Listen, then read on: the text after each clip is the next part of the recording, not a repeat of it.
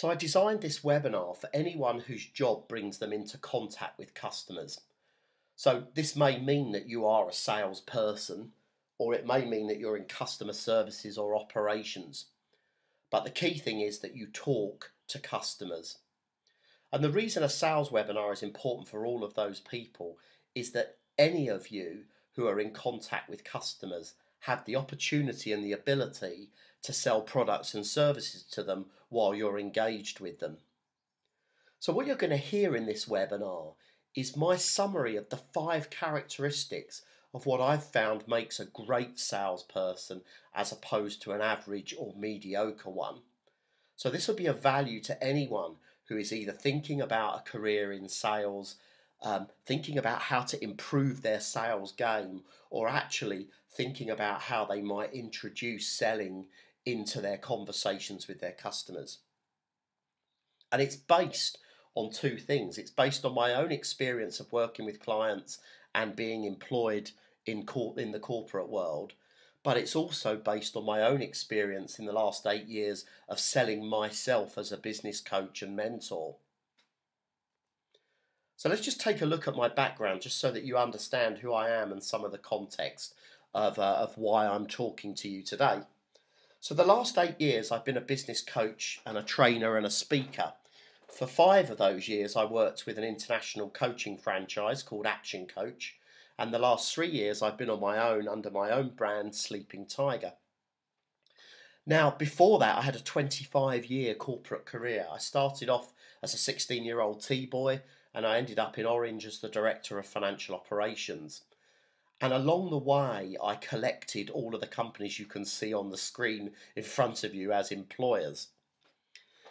Now 18 of those 25 years were spent in internal audit teams, where I got paid to go around and look at how all the different aspects of business work and come up and formulate ways of improving how they worked. And inadvertently, that 18 years gave me a very strong grounding that would serve me really well in sales, although at the time I just didn't see it, and it wasn't really, in fact, until about 5-6 years ago I really understood this. And the role of an internal auditor means you have to spend a lot of your time, in fact over the course of 18 years, probably many tens of thousands of hours of being in front of people, interviewing them, talking to them, asking them questions and trying to elicit information from them. And in many cases elicit information from them that they didn't really want to give. So that actually serves me really well, and as you'll see in this presentation, is a key skill in selling. But before we do that, I want to take you through my own journey, if you like, of my life in sales. So as a youngster, I was a real chatterbox. My mum used to tell me that if we were in the front garden and she was gardening and she'd have me out there with her, I'd be at the gate and I would literally talk to everybody that walked past, even on occasions inviting people in for a cup of tea. And it used to drive her mad. It used to really piss her off. And the amount of times she told me, don't talk to strangers, don't interrupt people.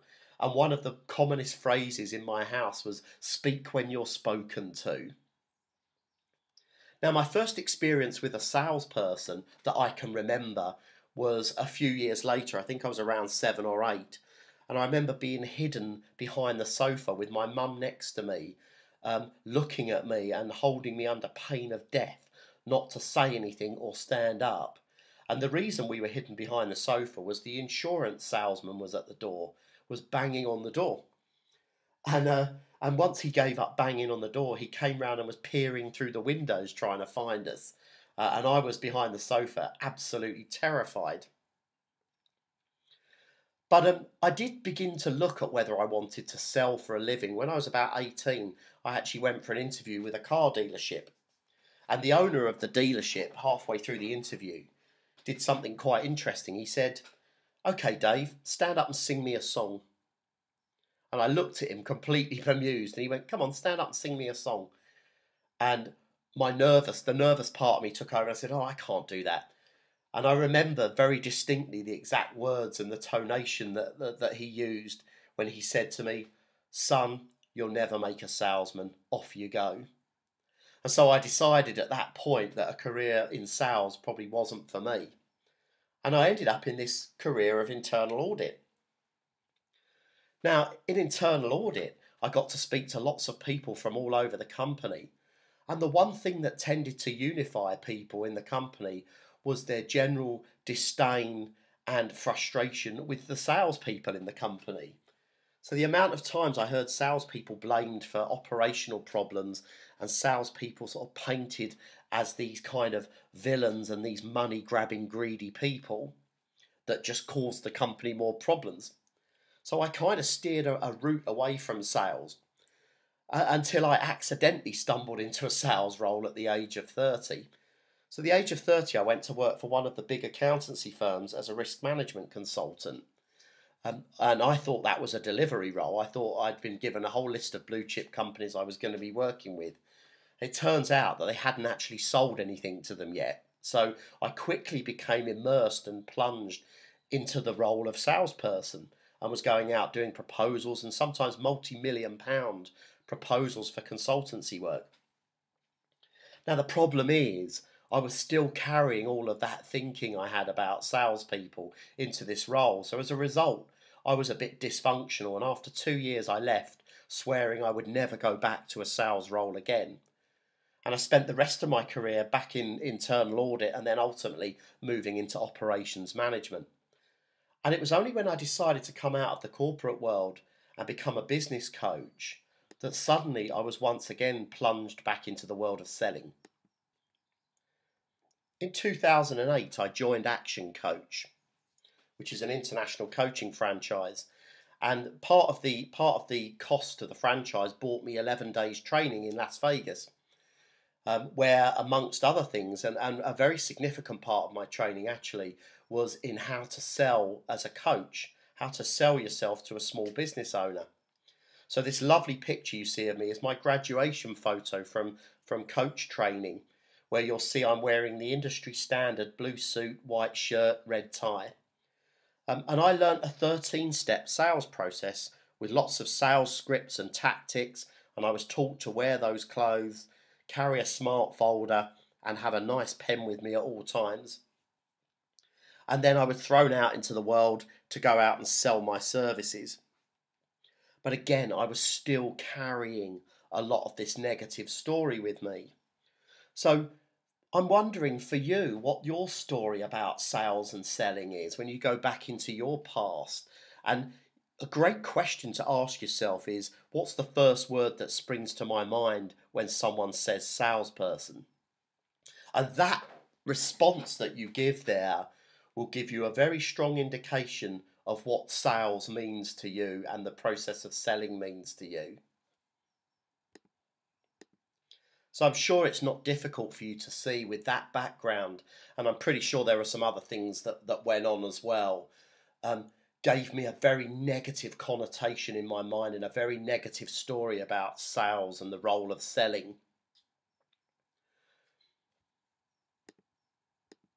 And until I overcame this, it presented a huge challenge to me building my business coaching practice.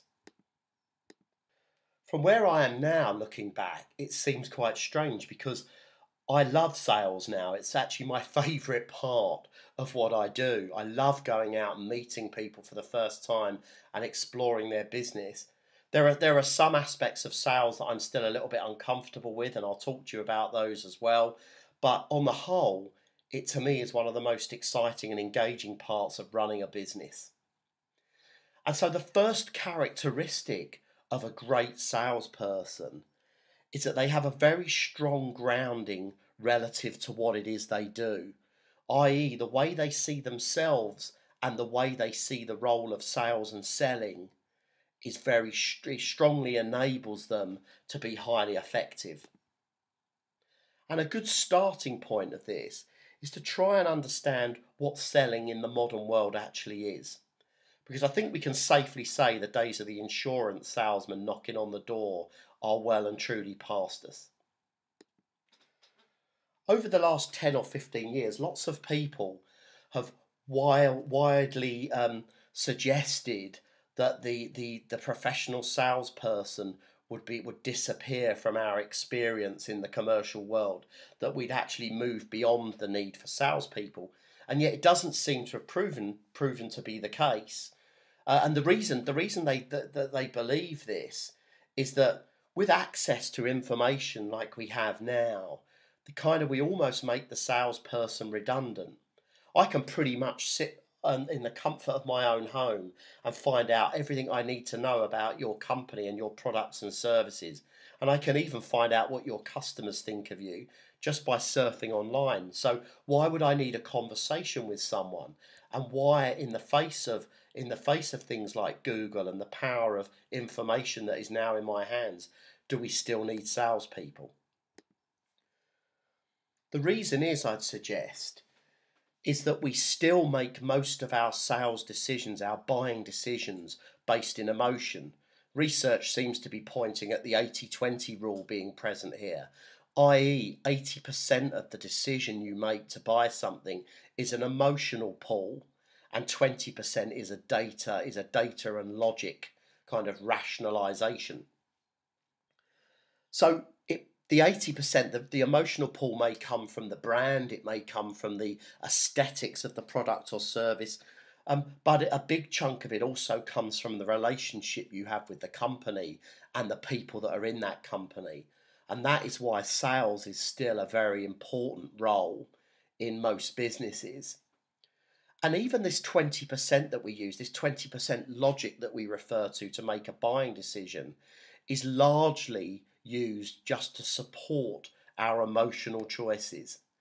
This is why when you come across professional procurement teams, they will often specifically time limit the amount of time that their suppliers get with them in order to prevent them having an opportunity to develop a deeper relationship that would enable them to lock out their competitors.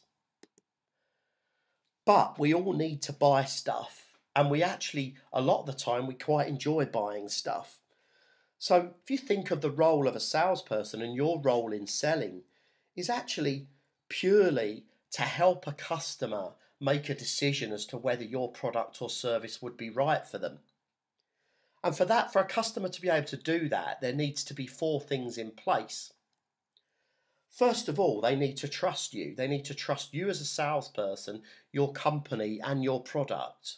No trust, and they're not going to buy from you. Secondly, is they need to have had an opportunity to actually explain what it is they need, in order to understand whether your product or service is suitable for them. And thirdly, they need information and an understanding of how your product or service specifically helps them with their need. And finally, they need to be given an opportunity to make a buying decision, i.e., they need to be asked for the sale. So this model was first posited in the 70s by Tom Hopkins, and I still believe it holds true. But underneath this, there's an elegant sort of simplicity to this, because what we're really saying is the role of sales is really to connect with people and have a conversation with them and help them explore whether what you're offering is valuable or not. If a customer sees value and benefit in what you're offering, they might buy it. If not, they won't buy it, but then they may buy it later, or they may buy it from someone else. Now, this is why I often used to get bemused as to why sales was such a challenging occupation, because this level of connection is one of the most sort of basic human skills that exists. We're pretty much coded straight out of the womb to develop these types of skills. And maybe it's not until our mothers start to tell us not to talk to strangers and that we start to learn things through education that we actually begin to lose the ability to connect with people. And I think the problem is that thinking begins, that story, if you like, and the thinking that goes with it begins to get in our way when we start to think about sales and selling. And the one thing that really nailed this home for me was when I went through some training about having a positive mindset. So I'm sure you get the idea that it's widely suggested that in order to be really effective at selling, you should engage in having a positive mindset. and it seems to make sense. And I was taught all sorts of weird things like listening to rock music in the car, repeating affirmations about myself in the mirror, reading testimonials and endorsements from my customers. And as I say, there is a point at which I found these tools useful, but they're really just a sticking plaster that covers a more significant problem. And in fact, by and large, they're just a bunch of horse shit. And they just add more layers of thinking and problems to the already struggling salesperson. Because here's the thing, as a 5-year-old standing in the front garden, I don't remember having to get myself into some sort of positive mental state in order to talk to the people that were walking past. When I go to the pub, I don't have to think about getting myself in a positive mind state so that I can engage my friends in fun and frivolity. So I think one of the challenges in sales is that there are activities that we tend to resist and we don't tend to like. And it really reminds me of last December, I spent a month in a training camp in Thailand, in a fitness camp, where I had to do 4 hours of exercise every day. Now, I didn't like doing that exercise, but we came up with a saying, myself and a friend of mine, Nick, who was also in the camp, we came up with a saying that all you have to do is show up and do the work. You don't need to be in a positive mindset, you just need to show up. And once I got that, life at the camp became very easy and actually very enjoyable. And I think the same is true to some degree in sales. So, do you get it? That the challenge with sales isn't the activity, it's how you think about the activity that is the root of most sales challenges. Great salespeople just do not think like this. They believe in their product, they believe in themselves, and they have a genuine desire to want to connect with people and share what it is they do and what it is they're offering. When you operate from that place and you're willing to let go of all of the negative stuff you're carrying around about what selling actually is, it can become a most effortless and enjoyable way of earning a living. You don't need to motivate and fire yourself up with music and affirmations. You need to find your grounding in relation to selling. And when you recognize that what you're doing is actually perfectly natural and perfectly normal and perfectly positive, it can really change your results and it can change the way you show up in front of your customers. So that's the first great characteristic of great salespeople. Secondly, I've noticed great salespeople take responsibility for the actions that they take and the results that those actions drive. There are lots of excuses for salespeople to lean back on, and I've used them all, and my clients have used them all. The leads we're getting are not very good. The competition are creaming us on price. Our website isn't good enough. I'm just too busy. I need a better brochure or a better folder. Now, I've worked with some quite big teams. The biggest sales team I've worked with is over 20 individuals. Now, they were all getting the same leads, they all had the same competition, they all had the same website, they were all busy, and they all had the same brochures and folders. And yet, there were salespeople within that team that consistently outperformed the rest of the pack. And I became intrigued in what it was that they were willing to do, and actually, more importantly, willing not to do, that enabled them to achieve those results. And do you know what it was? It was simply that they didn't spend their time complaining about it. They always had complaints and they would always verbalize their complaints, but they didn't waste any time. They found a ways around the things that weren't working. So, for example, if they had a price challenge where their competitors were repeatedly beating them on price, rather than whinge and moan about it and try to discount their price, they would relentlessly focus on the benefits of their specific service. And when they did that, their customers saw that there was a reason they were paying more.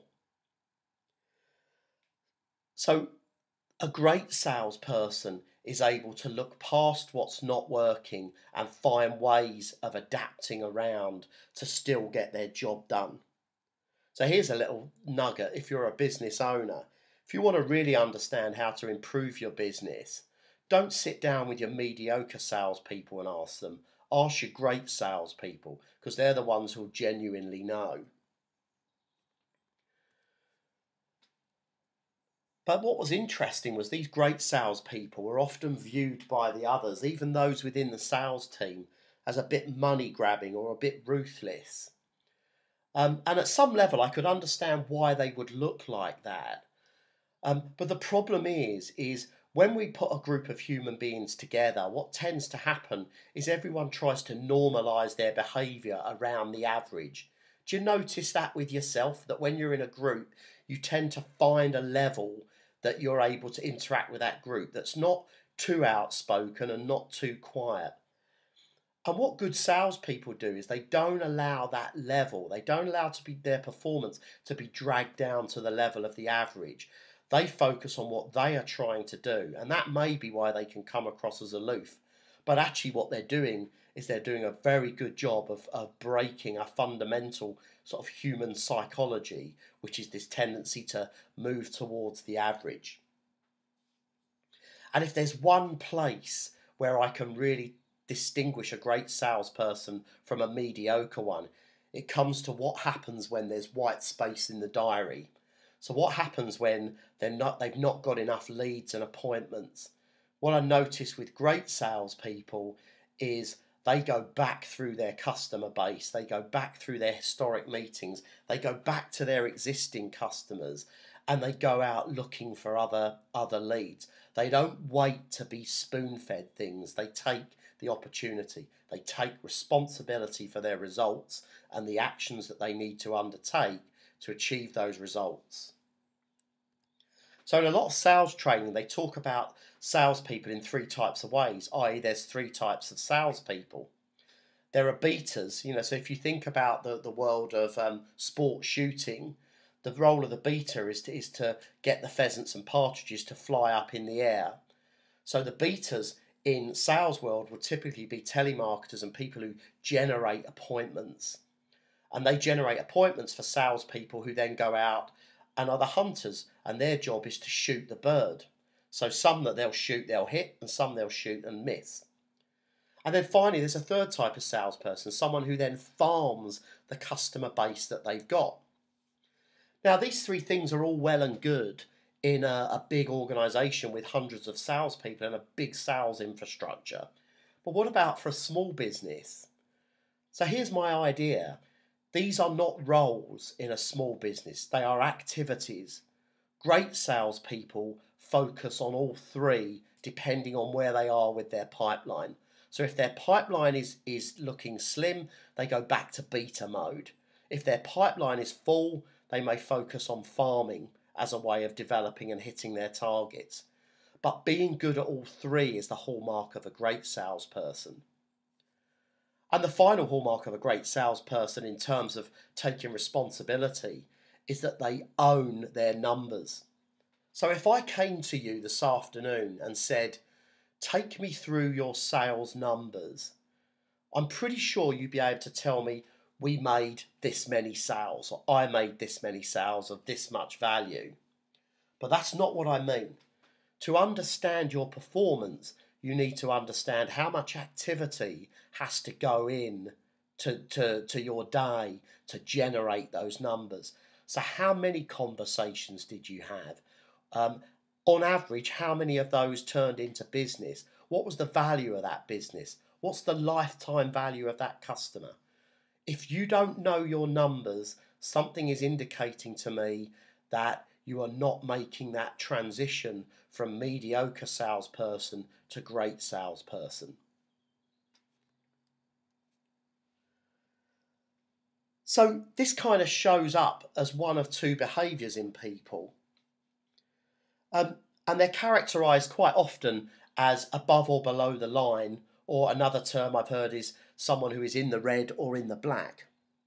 So people who demonstrate above the line behaviour are the ones who take ownership and responsibility for how they behave, what they do and the results that they get. Whereas people who demonstrate below the line behaviour spend a lot of their time and energy invested in understanding why things are going wrong and why it's not their fault. And the most important thing about this chart, you'll recognize people that you know that are above and below the line here, and you'll probably even recognize various aspects of yourself as to when you are above and below the line. But the important thing to recognize here is you are always making a choice about where you are. You can literally decide to drag yourself above the line, and you can literally decide to pull yourself below it. And for what it's worth, I think any aspect of business and any aspect of life where you're operating in a below the line way, you will be getting substandard results. You will not be getting the results you could truly get if you went above the line. And almost probably 60-70% of my work with clients is about maintaining them in that above the line state and not allowing them to slip into blame, excuse and denial. So the third thing that sorts the wheat from the chaff with great salespeople is that they recognise that their job is not to get people or persuade people to buy anything. So people will buy from people they like, and people will listen to the ideas of people that they trust. We're really sophisticated communicators as a species, and yet only 70% of the communication going on between any two individuals comes from the actual language that they're using. Your body language and your use of tone are doing all of the heavy lifting in communication. So even if you're saying nothing, you are still communicating with me when I'm sat in front of you. And so the idea that somehow as a salesperson I can trick or persuade you into buying a product or service is just false in almost all cases. And even if I did, even if I had persuaded you to buy a piece of crap from me, it will probably be the last order I ever get from you. So when you see that there is communication going on all the time and it's below your conscious awareness, what happens is you begin to notice that it expresses as a feeling. So if something isn't quite right about the person sat opposite you, that the words are not matching the body language, it expresses in you as a gut feeling, a sensation that something isn't right. And you may have heard the term in selling that desperation smells, and that's what this is. We can sense desperation in somebody else. So if you don't believe in yourself, you don't believe in your product, or you don't believe in your company, it's always going to show up in how you try and connect with people, and it's going to show up in how they feel about you, more so than how they think about you. And that's why trying to operate from anything other than a position of grounding and a position of taking responsibility, you are going to struggle and you're going to be pushing water uphill as a salesperson. So if you dispense with this idea that you actually are there to persuade anyone to do anything, the sales meeting, the whole dynamic, if you like, of the sales meeting and the way you think about it changes. So I have just one goal when I go out to meet someone. My goal is to build a relationship with them in such a way that they are clear about what I do and how it can benefit them. That is my only goal. My goal isn't to sell to them, because if I apply that pressure to myself, things start to unwind. Now, the way I do that is not by droning on for hours about my work. Instead, I just focus on what I know is their favourite subject, themselves. I become curious about them and their challenges and their dreams and their desires. And then I'm attentive to the responses and signals that I get back. This is where that 18 years as an auditor spent looking at people trying to figure out if they were bullshitting me or not has become so valuable to me as a salesperson. I had lots of occasions where people were sometimes deliberately and sometimes inadvertently trying to hide things from me, and I got that gut feeling. I tuned into that. But the way I went about my job as an auditor was I tried to build connection. I tried to open up a channel with the person so that they felt comfortable to share information with me. So when I'm training salespeople now, I really focus on their communication skills and comes back to the classic, two ears, one mouth, use them in that ratio. I think when you recognize the art of selling is not you persuading, the art of selling is allowing the customer to decide to buy. You change the whole dynamic of the conversation and it becomes more comfortable for you and more powerful for them. So great salespeople know when to shut up and listen. They know when it's time to speak and prompt and when it's time to be quiet. Now, these skills can be pretty easily trained to people, but it is a willingness to practice that delivers mastery. So again, I was very lucky. I had 18 years to fine-tune these skills, but I hadn't even realized that I'd fine-tuned them. And once I saw that, and I saw that actually that was the key to getting people on board, it changed not only the way I went about selling, but it changed the way I felt about selling. So the next great characteristic of salespeople, of really high-performing salespeople, is that they overcome what I think is the biggest psychological barrier to being good at sales. They learn to deal with the no's. So you probably recognize, if you've done any selling or you've had conversations with customers, you probably recognize that there's a ratio of results, and we call it the conversion rate. And there is an implicit understanding within conversion rate that not everybody will buy from you. There will be a percentage that will say no. And this is why selling becomes very difficult, is that we have to deal with the no's. And all through our lives, we've been told that no is a bad thing. But there's something deeper, there's something much more deeper in our neurology that causes a challenge here. So 10,000 years ago, you would have been, if you were alive, you would have been part of a hunter-gatherer group of probably up to, but no more than about 150 people. And there was safety in those numbers. So as a result of that, if you were removed from the tribe or expelled from the tribe, it pretty much was a death sentence. And the reason it was a death sentence is you don't have the speed, the strength, or the acuity to outsmart or outrun or outfight one of these. Whereas when you're in a group, one of these felt threatened by you.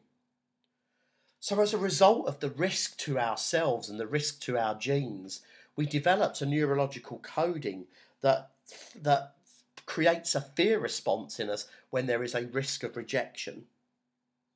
So that is why we begin to feel uncomfortable when we go into any situation where we know we may be threatened with a no, or that somebody may reject us. Now, don't delude yourself that great salespeople don't have this coding. It exists in everyone. But the difference that I can see is that someone who's really good at sales just recognizes that's what's going on and overrides the signal. Because these threats don't exist in the modern world. There are no tigers in the shopping centre. So this is a fear response that's perpetuating, that is no longer of use to us. I like to think of it as one of those annoying car alarms that goes off so often that you actually learn to just ignore it and you don't go running out in your pants into the street in the night to see if somebody's stealing your car. When you notice this stuff coming up in you, think of the car alarm. Think of the pointless coding that's going on there. Because great salespeople do this. And there are 2 points in the sales process where this is particularly prevalent. The opening, i.e. the conversation with someone that you don't know in order to tee up a meeting or an opportunity to go and have a discussion with them. So that opening presents a rejection risk to you. And conversely, at the end of the process, the closing, when it comes to asking them for the sale, that produces a rejection risk for you and generates a feeling of fear in you. The car alarm goes off at those 2 points.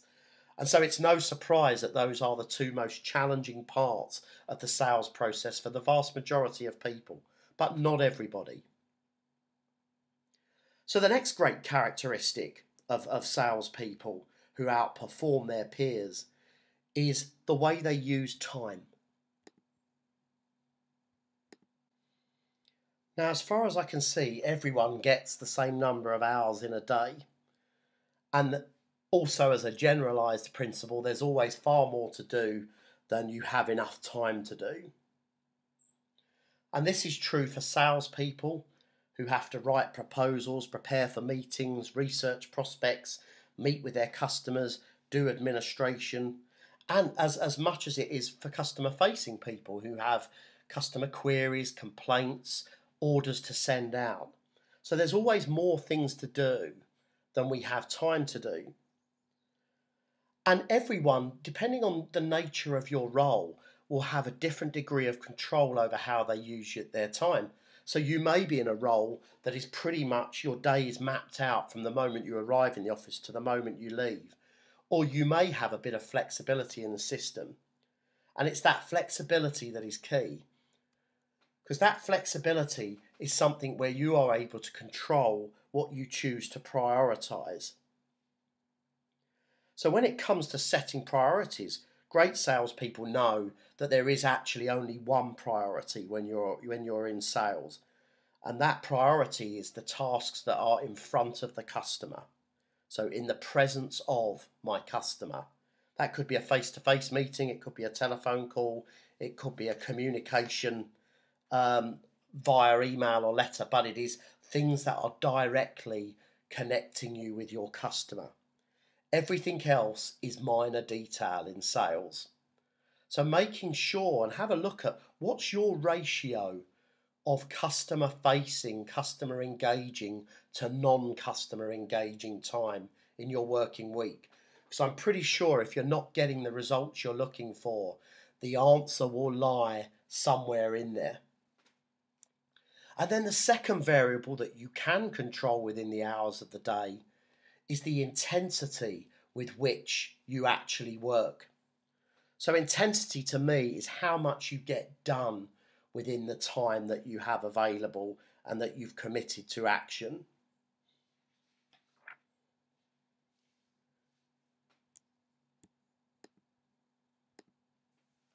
So one of my clients runs a business that is part of a national chain of companies. There's 48 of them across the UK.